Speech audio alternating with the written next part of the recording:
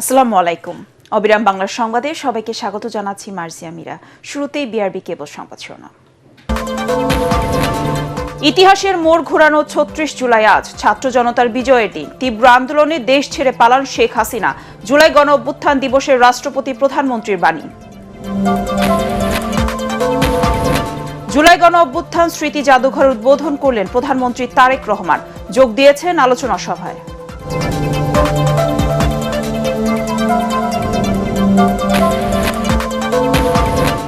শাহবাগে জুলাই স্মৃতিস্তম্ভে সর্বস্তরের শ্রদ্ধা নিবেদন। গণ অভ্যুত্থানের মধ্য দিয়ে মানুষের অধিকার প্রতিষ্ঠার নতুন যাত্রা শুরু হয়েছে, মুক্তিযুদ্ধমন্ত্রী।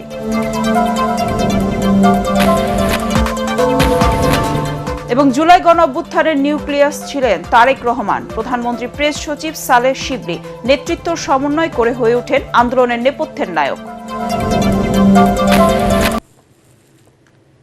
শুনছিলেন বিআরবি কেবল সংবাদ শিরোনাম, এবার বিস্তারিত। রক্তাক্ত জুলাই নিয়ে আমাদের বিশেষ প্রতিবেদন।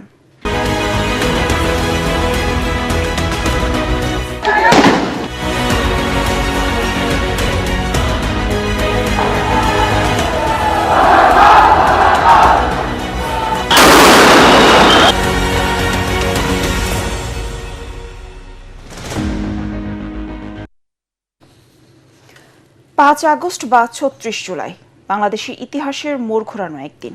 ২৪-এর এই দিনে ছাত্র জনতার রক্তাক্ত অভ্যুত্থানে দেশ ছেড়ে পালান স্বৈরাচার শেখ হাসিনা। জনরোষ থেকে বাঁচতে পালিয়ে যান হাসিনা সরকারের প্রভাবশালী মন্ত্রী, এমপি এবং দলীয় নেতাকর্মীদের অনেকে। ক্ষমতা আঁকড়ে ধরার চেষ্টায় শেষ মুহূর্তেও ছাত্র জনতার ওপর নির্বিচারে গুলি চালায় স্বৈরাচারের লেলিয়ে দেয়া বাহিনী। সবকিছু ছাপিয়ে বিক্ষুব্ধ জনতার স্রোতে প্রধানমন্ত্রীর পদ থেকে পদত্যাগ করে দেশ ছাড়তে বাধ্য হন শেখ হাসিনা। স্বৈরাচার পালিয়ে যাবার সেই সময়ের ঘটনা তুলে ধরছেন একরামুল হক সায়েম।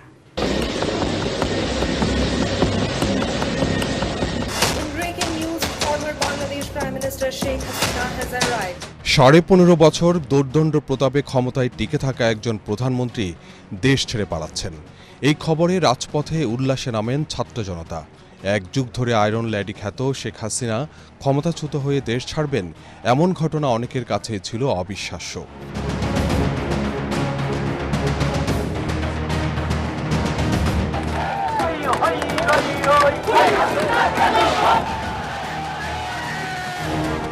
বৈষম্য বিরোধী ছাত্র আন্দোলনের লং মার্চ টু ঢাকা কর্মসূচিকে কেন্দ্র করে ৫ আগস্ট সকাল থেকেই ঢাকার বিভিন্ন পয়েন্টে স্রোত নামে বিক্ষুব্ধ জনতার। স্বৈরাচারের পালিয়ে যাবার খবরে সব স্রোত গড়ায় গণভবন আর সংসদ ভবনের দিকে।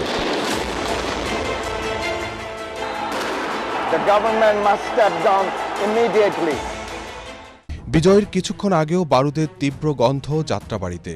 চানখারপুলে পুলিশ আনসারের হাতে রক্তের ছাপ। আশুলিয়ায় মরদেহ নিশ্চিহ্ন করতে নরপিশাচ হল স্বৈরাচারের সহযোগীরা। সাভারেও হিংস্র হয়ে ওঠে তারা। বিজিবি পুলিশ আনসারের গুলিতে রক্তাক্ত হয় গাজীপুরও।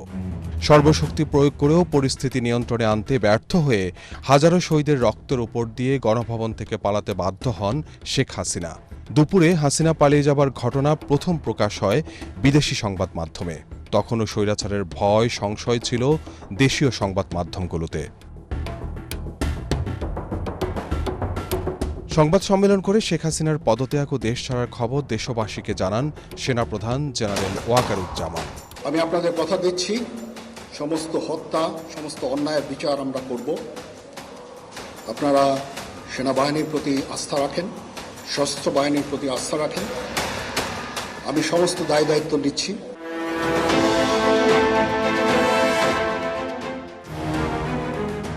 এমন খবরে ঢাকার রাস্তায় নেমে বিজয় উল্লাস করেন লাখো ছাত্র জনতা। হাজার হাজার মানুষ ঢুকে পড়ে গণভবনে। বিক্ষুব্ধ জনতার আক্রোশের শিকারে পরিণত হয় স্বৈরাচারের আবাসস্থল। সেনা সদর থেকে বিভিন্ন রাজনৈতিক দলের নেতাদের নিয়ে বঙ্গভবনে যান জেনারেল ওয়াকারুজ্জামান, সাথে হাজার হাজার উৎফুল্ল ছাত্র জনতা। ৩ বাহিনী প্রধান, রাজনৈতিক দলের নেতা ও বৈষম্য বিরোধী ছাত্র আন্দোলনের সমন্বয়কদের সাথে বৈঠক করে অন্তর্বর্তী সরকার গঠনের ঘোষণা দেন তৎকালীন রাষ্ট্রপতি শাহাবুদ্দিন। প্রধানমন্ত্রী শেখ হাসিনা রাষ্ট্রপতির কাছে পদত্যাগপত্র জমা দিয়েছেন এবং আমি তা গ্রহণ করেছি। ছাত্র জনতার গণ অভ্যুত্থানে কেবল শেখ হাসিনাই নয়, পালাতে বাধ্য হয় তার সহযোগী, দলের নেতা, মন্ত্রী, এমপি, পুলিশ, প্রশাসনের কর্মকর্তা থেকে শুরু করে মসজিদের খতিব পর্যন্ত, যে ঘটনা পুরো বিশ্বেই বিরল। ইকরামুল হক সায়েম, এটিএন বাংলা, ঢাকা।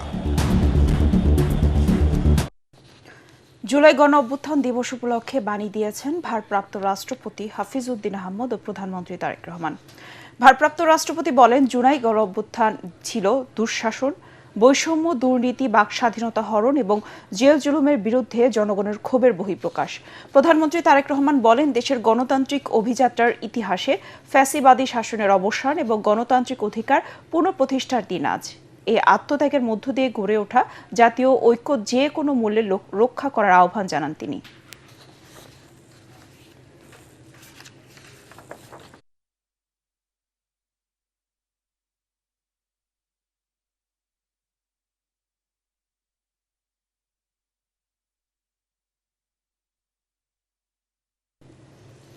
বাংলাদেশের ফ্যাসিবাদ বিরোধী গণতান্ত্রিক সংগ্রামের ইতিহাসের এক অবিস্মরণীয় মাইলফলক জুলাই গণঅভ্যুত্থানের গৌরবময় স্মৃতিকে সংরক্ষণ ও পরবর্তী প্রজন্মের কাছে পৌঁছে দিতে জুলাই গণঅভ্যুত্থান স্মৃতি জাদুঘর উদ্বোধন করেছেন প্রধানমন্ত্রী তারেক রহমান। সকাল 9টার দিকে রাজধানীর শেরেবাংলা নগরের জাদুঘরে প্রবেশ করে প্রথমেই স্মৃতি জাদুঘরের ফলক উন্মোচন করেন তারেক রহমান। এ সময় তার সঙ্গে ছিলেন কন্যা জাইমা রহমান। এছাড়া উপস্থিত ছিলেন অন্তর্বর্তী সরকারের সাবেক প্রধান উপদেষ্টা ডক্টর মোহাম্মদ ইউনুস, সংস্কৃতি মন্ত্রী নিতাই রায় চৌধুরী, স্বরাষ্ট্রমন্ত্রী সালাউদ্দিন আহমদ, মুক্তিযুদ্ধ বিষয়ক মন্ত্রী আহমেদ আজম খান, তথ্য সম্প্রচার বিষয়ক উপদেষ্টা জাহেদুর রহমান সহ সরকারের মন্ত্রী, সংসদ সদস্য ও অন্যান্যরা। পরে জুলাই গণ অভ্যুত্থান স্মৃতি জাদুঘর ঘুরে দেখেন প্রধানমন্ত্রী তারেক রহমান। এরপর যোগ দেন আলোচনা অনুষ্ঠানে। দর্শক, আমরা সরাসরি চলে যাচ্ছি জুলাই গণ অভ্যুত্থান স্মৃতি জাদুঘর উদ্বোধন উপলক্ষে আয়োজিত আলোচনা অনুষ্ঠানে। জুলাই স্মৃতি জাদুঘর আজকে উদ্বোধন করা হচ্ছে। প্রধানমন্ত্রী তারেক রহমান ইতিমধ্যেই জুলাই স্মৃতি জাদুঘর উদ্বোধন করেছেন এবং উপদেষ্টা ডক্টর মোহাম্মদ ইউনুস উপস্থিত রয়েছেন। একটি বিষয় রাখছি, ভবন থেকে 2024 সালের 5 আগস্ট মূলত এইখান থেকে ফ্যাসিস্ট সাবেক প্রধানমন্ত্রী শেখ হাসিনা পালিয়ে যান এবং এর ঠিক 2 বছর পর এই গণভবনটিকেই জুলাই স্মৃতি জাদুঘর হিসেবে এটি পরিণত করা হয়েছে। একটি বিষয় বলবো মীরা, যে এটি মূলত 1996 সাল থেকে 2001 পর্যন্ত এইখানে প্রধানমন্ত্রী হিসেবে, সরকারি বাসভবন হিসেবে প্রধানমন্ত্রী শেখ হাসিনা এটি ব্যবহার করেছিলেন এবং পরবর্তী সময়ে সেই সময় এটি তার নিজের নামে বরাদ্দ নেয় এবং পরবর্তীতে বিএনপি সরকার ক্ষমতায় এসে সেই বরাদ্দটি বাতিল করে এবং 2009 সাল থেকে 2024 সাল পর্যন্ত গণভবনে প্রধানমন্ত্রী শেখ হাসিনা ছিলেন এবং ছাত্র জনতার যে অভ্যুত্থানের দিন এই গণভবন থেকেই শেখ হাসিনা হেলিকপ্টারের মাধ্যমে প্রথমে ক্যান্টনমেন্টে যান, সেখান থেকে ভারতে পালিয়ে যান।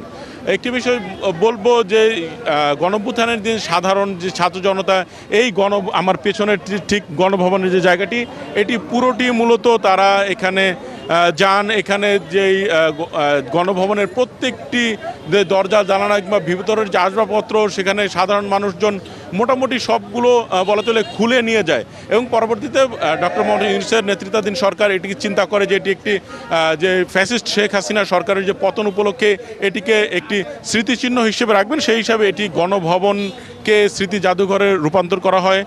একটি বিষয় জানিয়ে রাখছি, আজকে উদ্বোধন করছেন এবং উদ্বোধনের ঠিক একদিন পরে বৃহস্পতিবার এটি উদ্বোধন সর্বসাধারণের জন্য খুলে দেওয়া হবে। সাধারণ মানুষের জন্য, প্রাপ্তবয়স্কদের জন্য টিকিট হবে 50 টাকা এবং শিশুদের জন্য 25 টাকা। ইতিমধ্যেই এই গণভবনের সামনে অনেকেই অপেক্ষা করছেন আসলে আজকে ঢুকতে দেওয়া হবে কিনা, অনেকে দেখতে এসেছেন আসলে এটা দেখার জন্য, অনেকে সদীর আগ্রহে এটা এখানে অপেক্ষা করছেন, কিন্তু অনেকে হয়তো জানেন না যে আসলে এটি বৃহস্পতিবার থেকে খোলা হবে। একটি বিষয় জেনে রাখবো যে সকাল 9টার সময় প্রধানমন্ত্রী যখন এই গণভবনে স্মৃতি জাদুঘরে প্রবেশ করেন, তখন এটির প্রত্যেকটা অংশ ঘুরে ঘুরে দেখেন, প্রত্যেকটি স্মৃতিশূন্য ঘুরে ঘুরে দেখেন। আমার সাথে কয়েকজন সাধারণ উৎসুক জনতা আছে, তাদেরকে জিজ্ঞাসা করবো এই যে জাদুঘরটি উদ্বোধন করা হচ্ছে, আপনাদের কাছে কেমন লাগছে? এটি আসলে কিসের স্মৃতি? এটা 2024 সালে হাসিনা মুক্ত, আজকে কলঙ্ক মুক্ত হইল। আমরা নতুন বাংলাদেশ ফিরে পাইলাম। সেই জন্য আপনাদের কাছে জানতে চাইবো যে আপনার আসলে কেমন লাগছে, আপনি কি আজকে ঢোকার জন্য এসেছেন? যে আজকে আমাদের অনুভূতিটা হলো 2024-এ যে ফেসিস চলে গেছে, ওইটার আজকে ইতিহাস হিসাবে রয়ে গেল। আজকে 2 বছর পূর্তি উপলক্ষে আমরা সবাই আসছি এখানে, যে আমাদের প্রধানমন্ত্রী তারেক জিয়া আসবে এই উপলক্ষে আমরা সবাই আনন্দিত। যে ভবিষ্যতে কোনো রাজনৈতিক দল যদি আবারও ফ্যাসিবাদ কায়েম করতে চায় তাহলে এই স্মৃতি জাদুঘর আসলে তাদেরকে কি মেসেজ দিচ্ছে এটা একটু।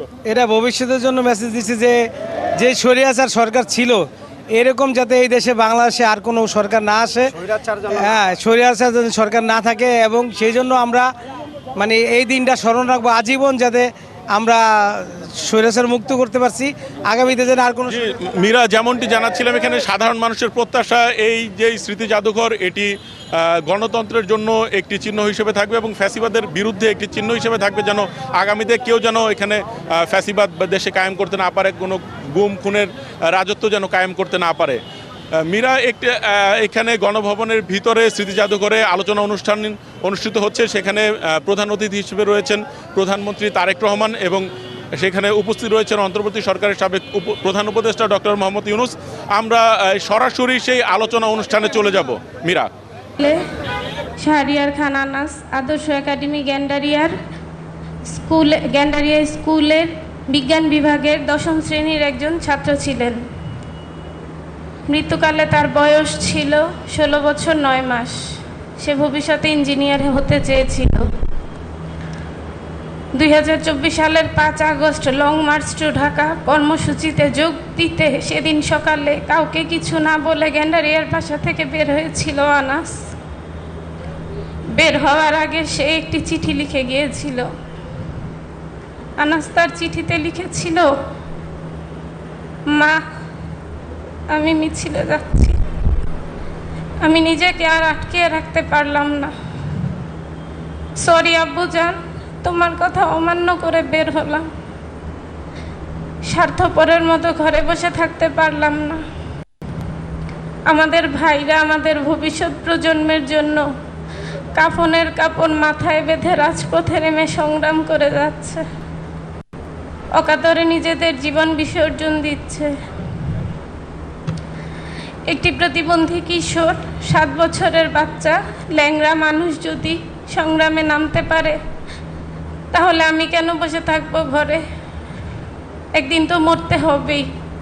তাই মৃত্যুর ভয় করে স্বার্থপরের মতো ঘরে বসে না থেকে সংগ্রামে নেমে গুলি খেয়ে বীরের মতো মৃত্যু অধিক শ্রেষ্ঠ। যে অন্যের জন্য নিজের জীবনকে বিলিয়ে দেয় সেই প্রকৃত মানুষ।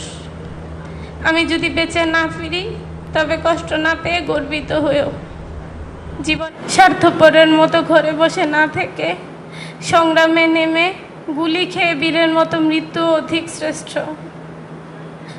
যে অন্যের জন্য নিজের জীবনকে বিলিয়ে দেয় সেই প্রকৃত মানুষ। আমি যদি বেঁচে না ফিরি তবে কষ্ট না পেয়ে গর্বিত হয়েও জীবনের প্রতিটি ভুলের জন্য ক্ষমা চাই। আনাস।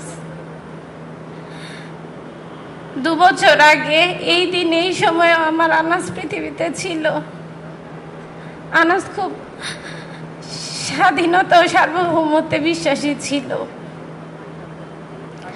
তার মতো 1400 শহীদ ও 30,000 আহত সন্তানদের আত্মত্যাগের বিনিময়ে আজকে আমরা এই ফ্যাসিস্ট মুক্ত দেশ পেয়েছি।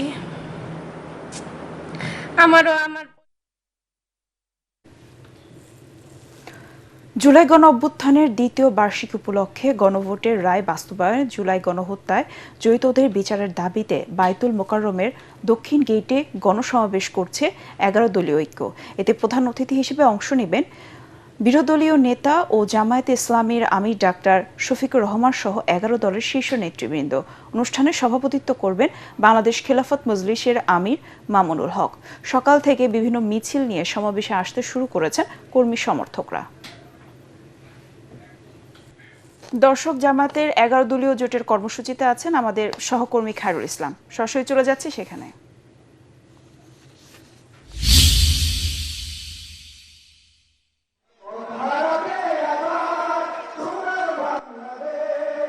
জুলাই গণঅভ্যুত্থানের 2য় বার্ষিকী উপলক্ষে গণভোটের রায় বাস্তবায়ন এবং জুলাই সনদ বাস্তবায়ন এবং জুলাইয়ে গণহত্যায় যে জড়িতদের বিচারের দাবিতে বাইতুল মোকাররমের দক্ষিণ গেটে গণসমাবেশ করছে 11 দলীয় ঐক্য।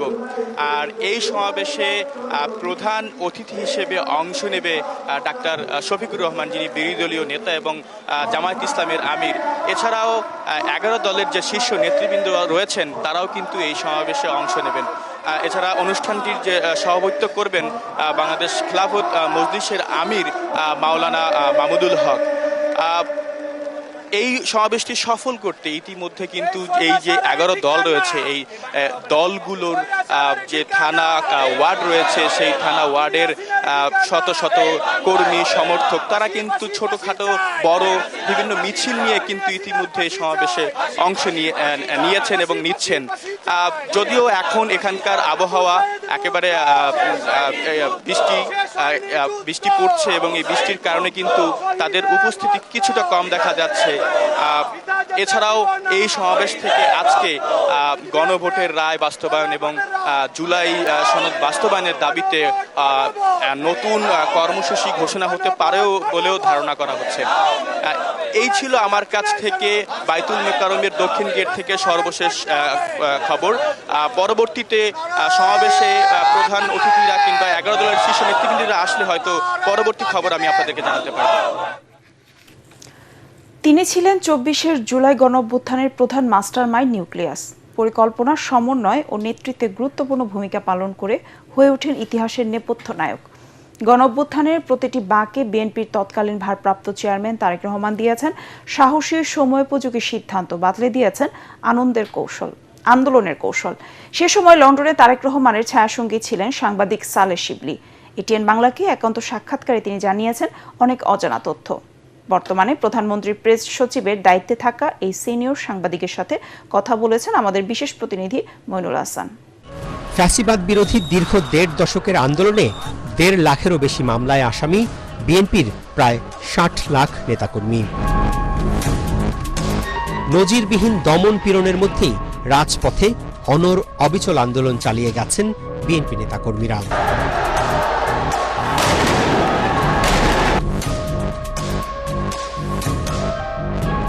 24 জুলাইয়ের কোটা সংস্কারকে কেন্দ্র করে গড়ে ওঠা আন্দোলন পরবর্তীতে চূড়ান্ত ফ্যাসিবাদ বিরোধী গণ অভ্যুত্থানের রূপ নেয়।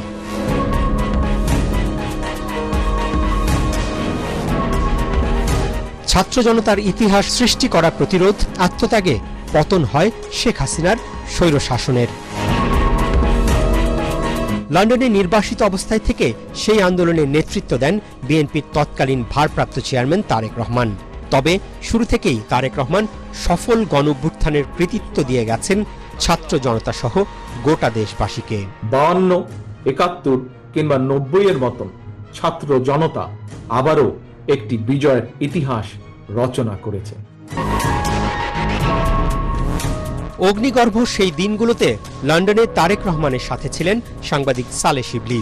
বর্তমানে যিনি প্রধানমন্ত্রী তারেক রহমানের প্রেস সচিবের দায়িত্ব পালন করছেন।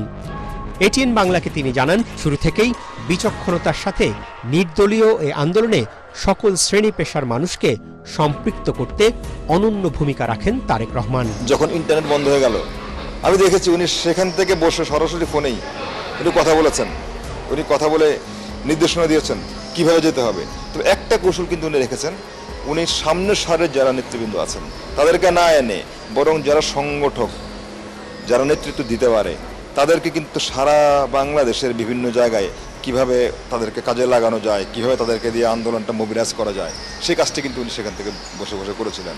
জনগণের মন মানসিকতা বুঝে, জনগণের আবেগ অনুভূতি বুঝে উনি আন্দোলনটাকে সামনের সারিতে থেকে নেতৃত্ব দিয়েছেন। উনি হয়তো ফিজিক্যালি থাকতে পারেননি, কিন্তু উনি সারাক্ষণেই এই যারা আন্দোলনকারী জনগণ যারা ছিলেন তাদের সঙ্গে ছিলেন। সালেহ শিবলি আরও জানান, জুলাইয়ের মধ্যভাগ থেকেই নির্ঘুম রাত কেটেছে তারেক রহমানের। রাজপথে ছাত্র জনতার লাশ তাকে অশ্রুসিক্ত করলেও ভেঙে পড়েননি তিনি। সঠিক সময়ে সঠিক কর্মকৌশল নির্ধারণে ছাত্র, পেশাজীবী আর রাজনৈতিক নেতাদের দিয়ে গেছেন গুরুত্বপূর্ণ নির্দেশনা। 18 জুলাইয়ের দিকে সম্ভবত বেসরকারি বিশ্ববিদ্যালয়ের হ্যাঁ, শিক্ষার্থীরা রাজপথে নেমে এসেছিল, সেখানেও কিন্তু তারেক রহমান ভূমিকা রেখেছিলেন। অন্যান্য দলের যে ছাত্র সংগঠন কিংবা যারা বুদ্ধিজীবী যারা আছেন, বাংলাদেশকে নিয়ে যারা চিন্তা করেন, তাদের সঙ্গে কথাবার্তা বলেছেন। উনি সরাসরি বলেছেন দফা 1 দাবি 1 শেখ হাসিনার পদত্যাগ। আন্দোলনটা একটা পরিণতির দিকে পৌঁছায়। এ কারণেই যখন যে কথাটা বলা দরকার তখন সে কথাটা বলেছে। দূরদর্শী নেতা হিসেবে গণঅভ্যুত্থানের 1 দশক আগেই তারেক রহমান কোটা সংস্কার নিয়ে দলের অবস্থান তুলে ধরেন বলেও জানান সালেহ শিবলি। লন্ডনের সেমিনারে উনি প্রথম বলেছিলেন 2014 সালের 15 জুলাই বিদ্যমান যে কোটা পদ্ধতি ছিল সরকারি চাকরিতে 50 থেকে 56% মনে হয়, যে সেটাকে কমিয়ে 5% নিয়ে আসবে।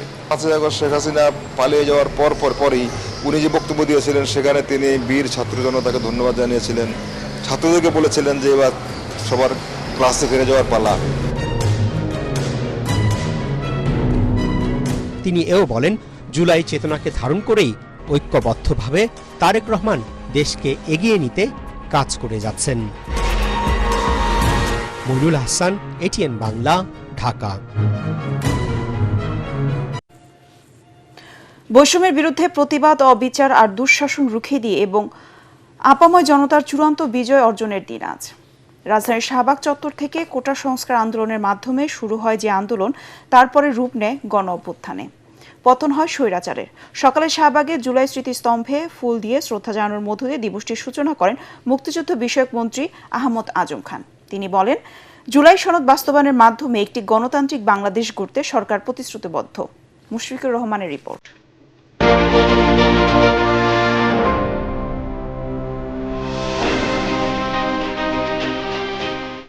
কোটা সংস্কার আন্দোলন দিয়ে শুরু। বৈষম্য, দুঃশাসন আর অপশক্তির বিরুদ্ধে ওরা এমনভাবে রুখে দাঁড়িয়েছিল যাতে কাঁপন ধরে যায় স্বৈরাচারের বুকে। তাসের ঘরের মতো ভেঙে পড়ে স্বেচ্ছাচারীর মসনদ। বৈষম্যহীন নতুন বাংলাদেশের স্বপ্ন বুকে নিয়ে পথ চলার আজ 2য় বছর। সকাল থেকে ফুল হাতে জুলাই গণ অভ্যুত্থানের শহীদদের শ্রদ্ধা জানাতে শাহবাগের জুলাই স্মৃতিস্তম্ভে আসেন অনেকেই। ওদের যে দান, ওরা যেভাবে আত্মত্যাগ ছিল সেটা তো আমাদের ভেতরে চেতনা আছে। যারা আত্মত্যাগ করেছেন তাদের চেতনা বা তাদের চিন্তা ভাবনা, তাদের উদ্দেশ্য আকাঙ্ক্ষা পূরণ হতে সময় লাগবে, অনেক সময় লাগবে। এটা এখনো দেরি আছে। আমাদের যাত্রা শুরু হয়েছে, কিন্তু এখনো অনেক কিছুই বিগত সরকারের অনুসারীদের হাতে এখনো বন্দী আছে। স্বৈরাচার সরকার 17টা বছর একটা দেশের একটা নির্যাতন নিপীড়নের মধ্যে থেকে মানুষকে একটা অগ্নিকুণ্ডের মধ্যে রেখেছিল। সেই অগ্নিকুণ্ডের জাহান্নাম থেকে মুক্তির জন্য এই আন্দোলন একটা খুবই গুরুত্বপূর্ণ একটা ভূমিকা রেখেছে। জুলাই চেতনা আমরা যারা বাঙালি তাদেরকে অবশ্যই ধারণ করতে হবে। এটাকে আবার 100% ধারণ করতে গিয়ে এটাকে আবার বিপদে না নিয়ে যাওয়া যায়। এখন কিন্তু ছাত্র সমাজ একটু কিছু হইলে জুলাইয়ের কথা নিয়ে তারা মাঠে নেমে যায়, এটাও কিন্তু আসলে ঠিক না। শ্রদ্ধা জানান মুক্তিযুদ্ধ মন্ত্রী, প্রতিমন্ত্রী সহ সাধারণ মানুষ। আহমেদ আজম খান বলেন, সরকার জুলাই সনদ বাস্তবায়নের মাধ্যমে একটি গণতান্ত্রিক বাংলাদেশ গড়তে প্রতিশ্রুতিবদ্ধ।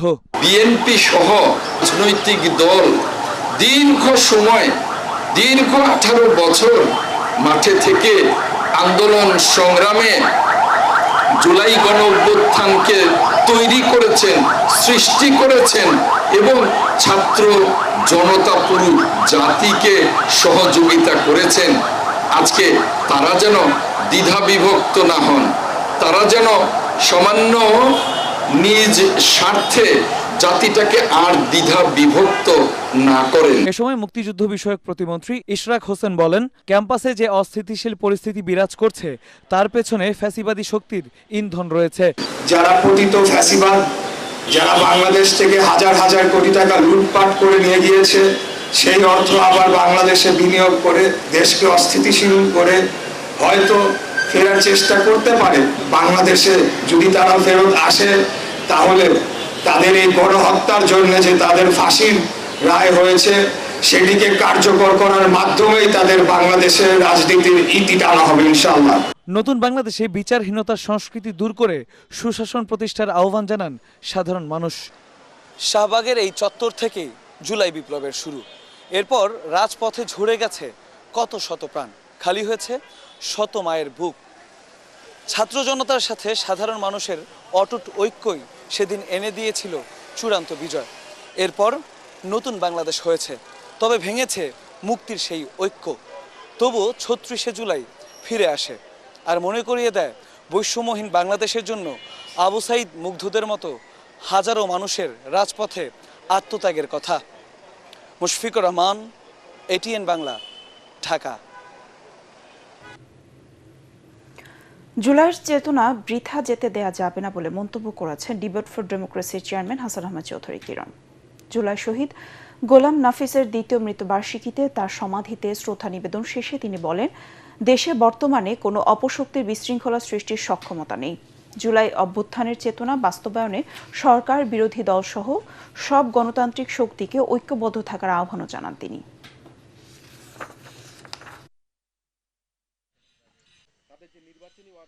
দেখতে দেখতে আজ 2 বছর পার হয়ে গেল। আমার নাফিজকে আমি করে পাঠিয়ে দিছি। এই সরকারের কাছে, দেশবাসীর কাছে একটাই প্রত্যাশা, আমরা আশা নিয়ে বেঁচে আছি, অন্তত যেন একটা বিচার, ন্যায্য বিচার, ন্যায় ইনসাফ পাই। জুলাইয়ের ঐক্যের মধ্যে কোনো ফাটল ধরুক আমরা কোনোভাবে প্রত্যাশা করতে চাই না। জুলাইয়ের চেতনা বৃথা যাক, জুলাইয়ের চেতনাকে বৃথা যেতে দেওয়া যাবে না। জুলাইয়ের চেতনা হচ্ছে আমাদের মুক্তির আন্দোলন। আমরা ৭১-এ মুক্তিযুদ্ধ করেছি এবং আমরা ২৪ শেষে মুক্তির আন্দোলন করেছি। মুক্তির সংগ্রাম এবং মুক্তির আন্দোলনের মধ্যে দিয়ে বাংলাদেশে ভবিষ্যতে যাতে কোনো ফ্যাসিজম জন্ম না হয়, সে কারণের জন্য যারা সরকারে রয়েছে, যারা বিরোধী দলে রয়েছে, যারা তরুণদের দল রয়েছে, তাদের মধ্যে ছোটোখাটো বাহাস যাতে কোনোভাবে এই ফ্যাসিবাদী ঐক্যের ফাটল ধরাতে না পারে, সেদিকে কিন্তু সবাইকে সজাগ থাকতে হবে। এবার আন্তর্জাতিক সংবাদ।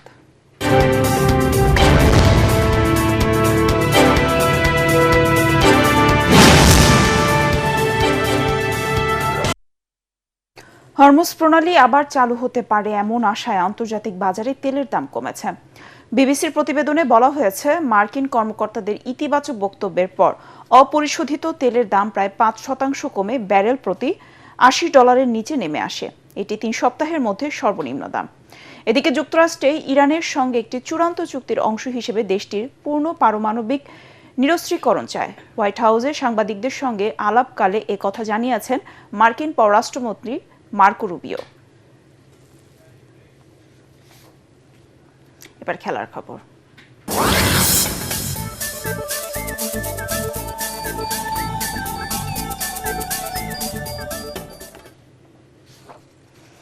এবার ফিফা সভাপতি জিয়ান্নি ইনফান্তিনোর বিরুদ্ধে নতুন অভিযোগ। জর্ডান ফুটবল অ্যাসোসিয়েশনের সভাপতি প্রিন্স আলীর দাবি, গত ডিসেম্বরে আরব কাপের ফাইনালে ওঠার বকেয়া প্রায় $৪২ লাখ এখনও দেয়নি ফিফা। ইনফান্তিনোকে পুনর্নির্বাচনের সমর্থনের শর্তে এই অর্থ আটকে রাখা হয়েছে বলে অভিযোগ করেছেন তিনি। এর আগে বিশ্বকাপের বাণিজ্যিক স্বত্ব বিক্রির পরিকল্পনা থেকে সরে এলেও তার উপর আস্থা হারিয়েছে উয়েফা সহ একাধিক ফুটবল সংস্থা। পুনর্নির্বাচনের সমর্থন তুলে নিয়েছে বেশ কয়েকটি দেশ। ক্রমবর্ধমান চাপ ও সমালোচনার মুখে জরুরি বৈঠক ডেকেছে ইনফান্তিনো। মরক্কোর রাবাতে হতে যাওয়া এই বৈঠকে তার সঙ্গে থাকছেন মহাসচিব মাটিয়াস গ্রাফট্রমস ও ফিফার শীর্ষ কর্মকর্তারা। শেষ করার আগে বিআরবি কেবল সংবাদ শিরোনাম আরেকবার। ইতিহাসের মোড় ঘোরানো ৩৬ জুলাই আজ, ছাত্র জনতার বিজয়ের দিন। তীব্র আন্দোলনে দেশ ছেড়ে পালান শেখ হাসিনা। জুলাই গণ অভ্যুত্থান দিবসে রাষ্ট্রপতি প্রধানমন্ত্রীর বাণী। জুলাই গণ অভ্যুত্থান স্মৃতি জাদুঘর উদ্বোধন করলেন প্রধানমন্ত্রী তারেক রহমান। যোগ দিয়েছেন আলোচনা সভায়।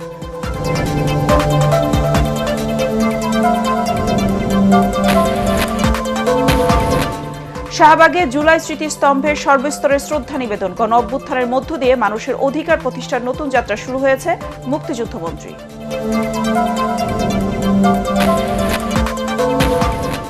এবং জুলাই গণ অভ্যুত্থানের নিউক্লিয়াস ছিলেন তারেক রহমান। প্রধানমন্ত্রীর প্রেস সচিব সালেহ শিবলি নেতৃত্ব সমন্বয় করে হয়ে ওঠেন আন্দোলনের নেপথ্যের নায়ক। পরবর্তী সংবাদ দেখার আমন্ত্রণ জানিয়ে এখনকার মতো শেষ করছি। এটিএন বাংলা সংবাদ ইউটিউবে দেখতে ব্রাউজ করুন youtube/ATN বাংলা নিউজ। ধন্যবাদ সবাইকে।